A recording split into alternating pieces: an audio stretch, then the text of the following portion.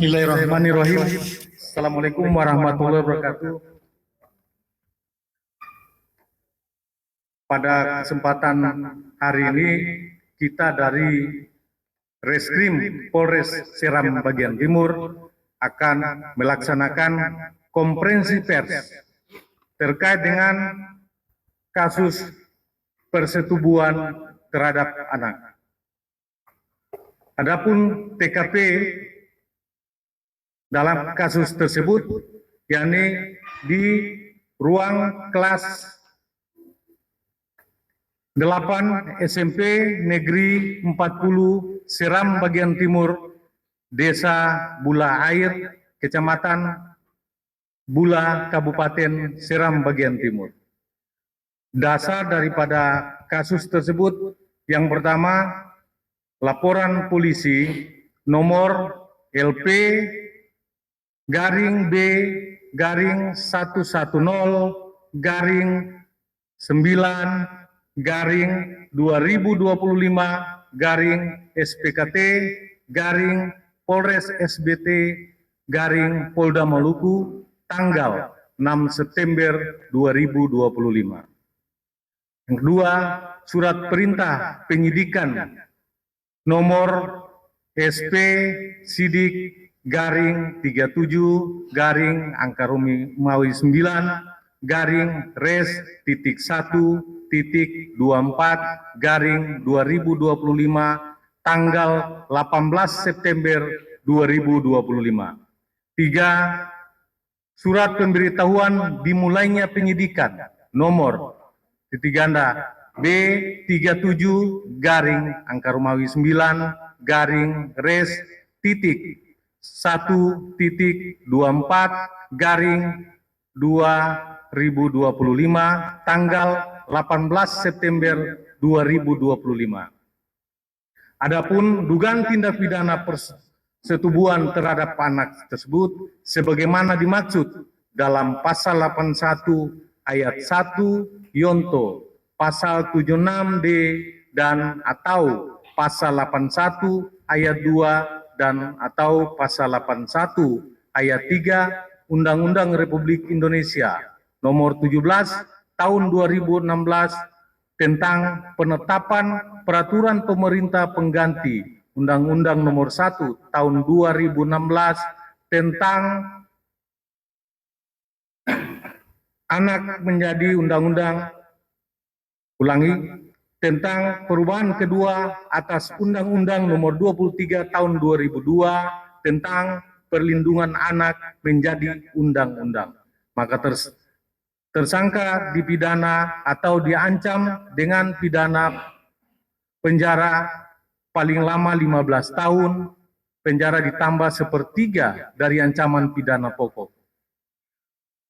Tersangka dalam kasus ini berinisial TU, tempat tanggal lahir Senana, tanggal 20 November 2025, agama Islam, pekerjaan, PNS, guru, alamat Desa Tansi Ambon, Kecamatan Bula, Kabupaten Seram bagian Timur. Adapun kronologis kejadiannya sebagai berikut. Awalnya, pada bulan Juli tahun 2025, sekira pukul 11.30 waktu Indonesia Timur, yang mana anak korban ND sedang membuat tugas bersama dengan anak saksi yang berinisial FL di dalam kelas. Tidak lama kemudian tersangka JU masuk ke dalam kelas dan langsung memegang tangan kiri anak korban ND. Seketika itu anak korban ND langsung memegang tangan kiri korban ND keluar dari dalam kelas. Kemudian tersangka JU berjalan sambil memegang tangan anak korban ND menuju ke pintu kelas, langsung menutup pintu dan mengunci pintu kelas dari dalam. Setelah itu tersangka JU menarik anak korban ND ke pojok kelas. Kemudian memegang payudara anak korban ND. Selanjutnya tersangka JU menyuruh anak korban ND untuk melepaskan pakaian anak korban ND dan mengancam anak korban ND. Namun anak korban menolak dikarenakan anak korban ND merasa takut sehingga mengikuti kemauan dari tersangka JU. Selanjutnya tersangka JU langsung menyetubuhi anak korban ND hingga tersangka JU sampai mengeluarkan sperma di lantai. Setelah itu tersangka JU kembali mengancam anak korban ND dan langsung menggunakan pakaian kemudian keluar meninggalkan anak korban ND di dalam kelas. Motif tersangka melakukan tindak pidana persetubuhan tersebut yakni tidak dapat mengendalikan nafsunya. Adapun langkah-langkah yang telah kami ambil, yakni yang pertama, melakukan penyelidikan sesuai dengan surat perintah penyelidikan tanggal 8 September 2025 sampai dengan 17 September 2025. Kemudian untuk transparansi terhadap keluarga terkait dengan perkembangan hasil penyelidikan, kami menyerahkan SP2HP dengan nomor B244-9-res124-2025 tanggal 8 September 2025. SP2HP tersebut yaitu surat pemberitahuan perkembangan hasil penyelidikan, yakni kita berikan yang ini saat itu kita berikan kepada keluarga korban. Ini tanda terimanya yang diterima oleh Tiara Siwan disertai tanda tangan. Itu SP2HP yang pertama. Kemudian kita melakukan gelar perkara ke tahap penyidikan. Jadi peningkatan dari status penyelidikan ke penyidikan pada tanggal 17 September 2025. Kemudian kami membuat administrasi penyidikan tanggal 18 September 2025 berdasarkan surat perintah penyidikan nomor SP Sidik garing 37 garing angka Romawi 9 garing res titik 1 titik 24 titik 2025. Kemudian dengan dasar sprint sidik tersebut kami buat SP2HP surat perintah dimulainya penyidikan dengan nomor B37 garing 9 garing res titik 1 titik 24 titik garing 2025 tanggal 18 September 2025. SP2HP ini kami serahkan langsung di kejaksaan. Kemudian kami melakukan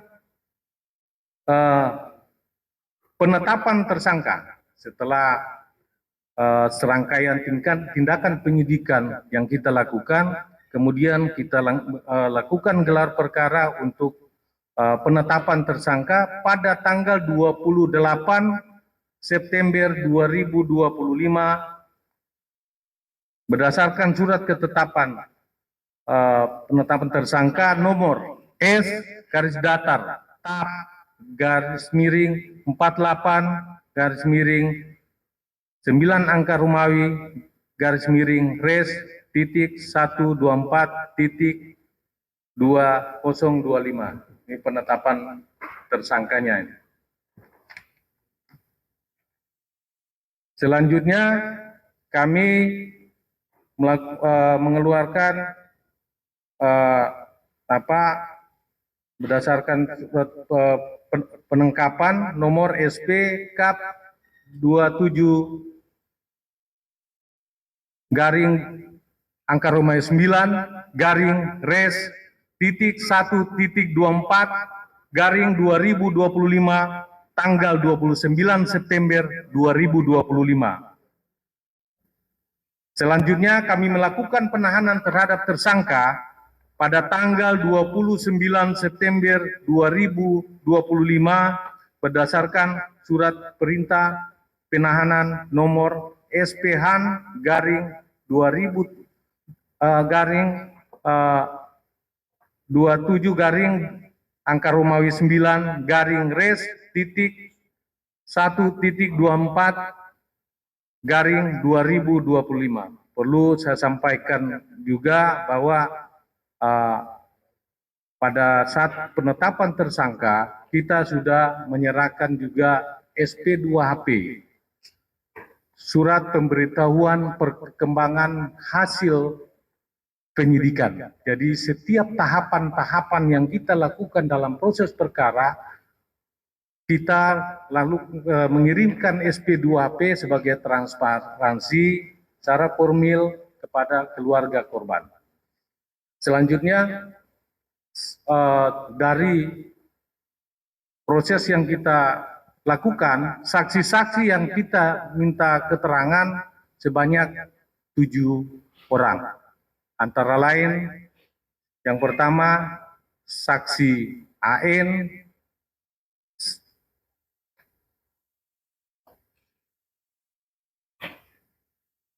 saksi AN atas nama TS 24 tahun, Islam, belum bekerja, alamat Patolo, Kecamatan Bula, Kabupaten Seram Bagian Timur.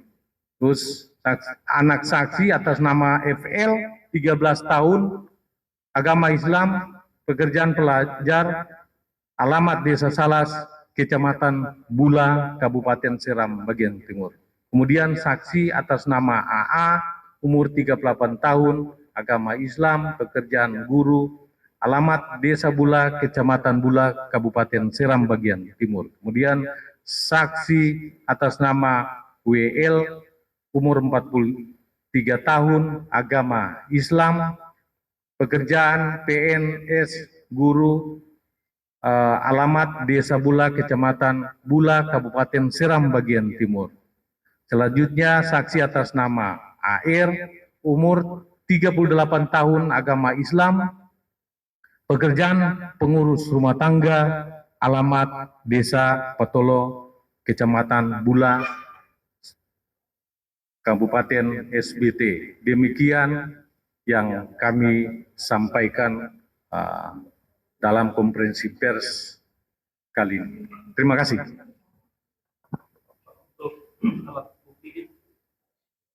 Alat bukti yang kami peroleh yang jelas saksi, petunjuk, dan surat dalam hari ini visum dokter. Dan keterangan dan ahli dokter. Konfirmasi Pak tadi korban ND atau NR juga pelaku dari NDR. NDR. Ya.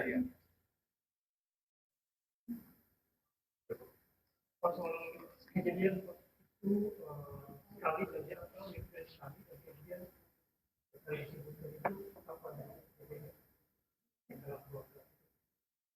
Ya, jadi yang menurut fakta-fakta yang ada, keterangan korban dan saksi yang berada di situ, korbannya itu sampaikan bahwa satu kali aja perbuatannya. Kalau tanggal kejadian sudah jelas yang saya sampaikan tadi dalam kronologis pada sekitar bulan Juli tahun 2020.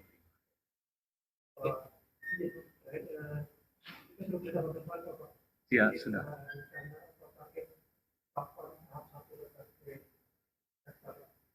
Ya nanti setelah kita rangkum semua rekapan semua berkas daripada BAP yang ada, nah, kita upayakan lebih cepat.